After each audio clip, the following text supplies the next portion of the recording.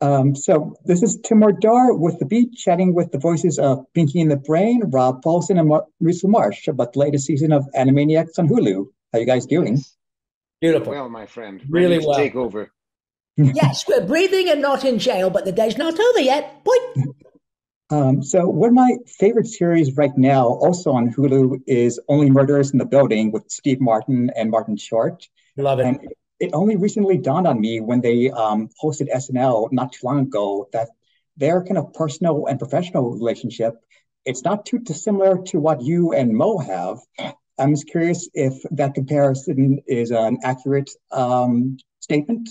Or, Yeah, go Well, ahead. I'm flattered by the comparison. I think Amen. Steve Martin and especially Marty Short, being a fellow Canadian, I remember, he started much earlier than me in the world of Second City, and he was in the original cast of Godspell. But I was a big fan of his, and to be compared in any way, Steve plays the voice of reason in that dynamic, and Marty's a bit more the freewheeling one, and I think that's true to our Pinky and the Brain relationship. But they have a fantastic chemistry together, and I think Rob Paulsen and I are very lucky to have the chemistry that we have.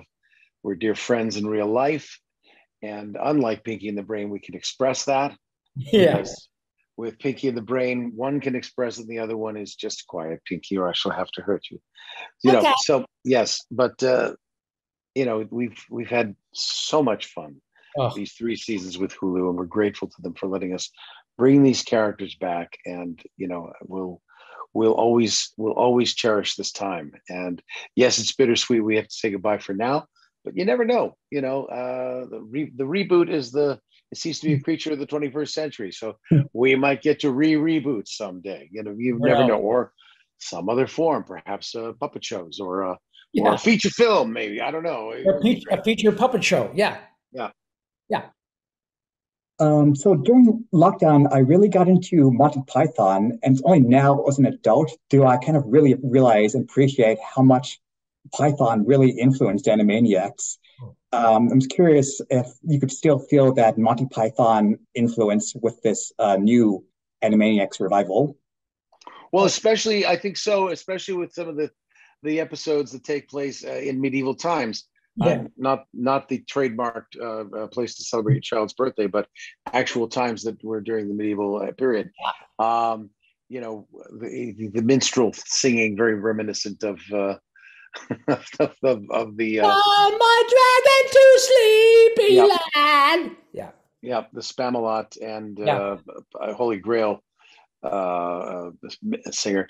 Rob and I, one of the reasons we bonded initially as comedic actors, we had a very similar love of all things Python, as well as Peter Cook and Dudley Moore. And for Rob, the Goons, I was not as steeped in the Goons, but our rhythms are British, being from above the 49th parallel. And he's from Detroit, which is north of Canada.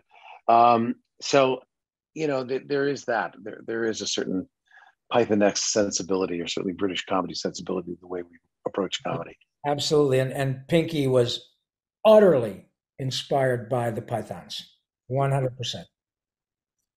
So finally, even though this third season is its last, it doesn't really feel like, as Mo said, a really bittersweet ending because you still have the Animaniacs live shows. So I'm curious, how does saying goodbye this time compare to the first time you said it with the original Animaniacs show?